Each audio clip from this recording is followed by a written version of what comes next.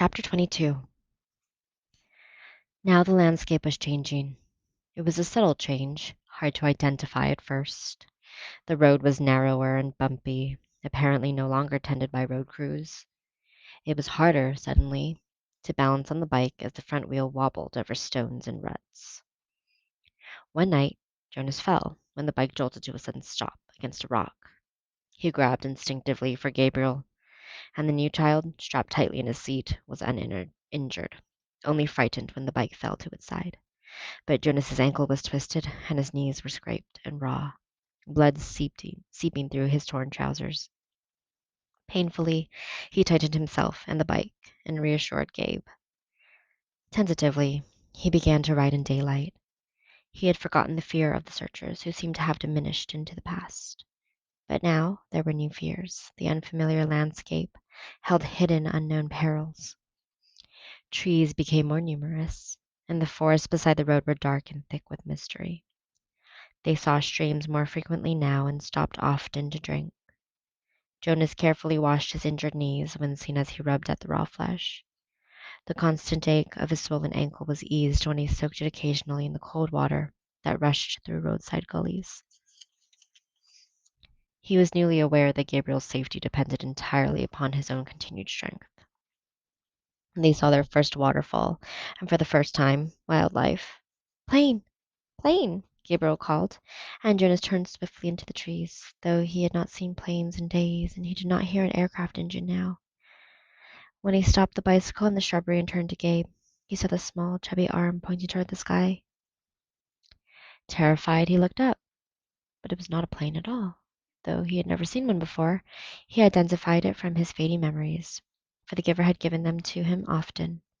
It was a bird. Soon there were many birds along the way, soaring overhead, calling. They saw deer, and once, beside the road, looking at them curious and unafraid, a small reddish-brown creature with a thick tail, whose name Jonas did not know.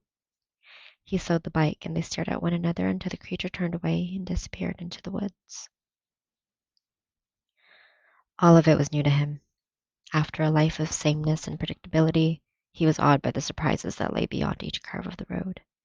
He slowed the bike again and again to look with wonder at wildflowers, to enjoy the throaty warble of a new bird nearby, or merely to watch the way wind shifted the leaves in the trees.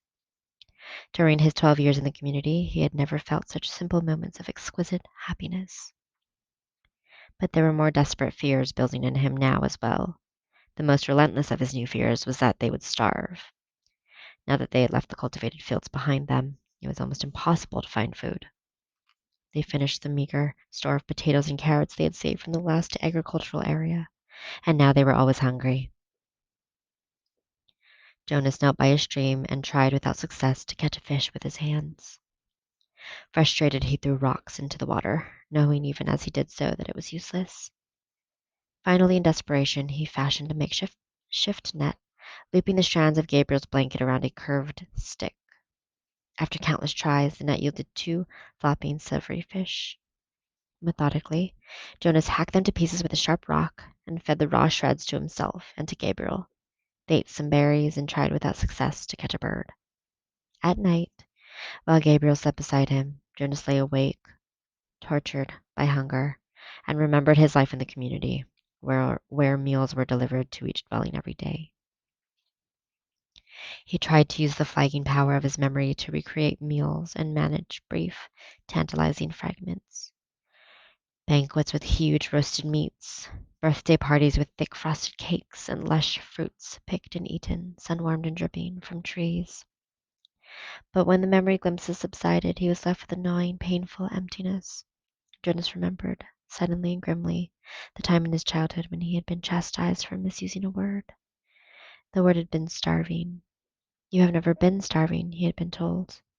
"You will never be starving." Now he was.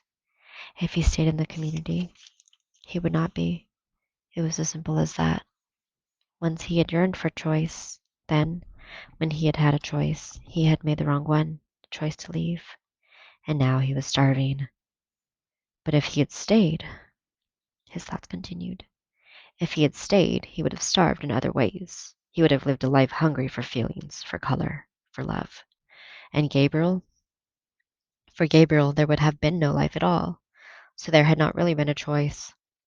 It became a struggle to ride the bicycle as Jonas weakened from lack of food, and realized at the same time that he was encountering something he had for a long time yearned to see: hills. His sprained ankle throbbed as he forced the pedal downward in an effort that was almost beyond him. And the weather was changing. It rained for 2 days. Jonas had never seen rain, though he had experienced it often in memories. He liked those rains, enjoyed the new feeling of it, but this was different.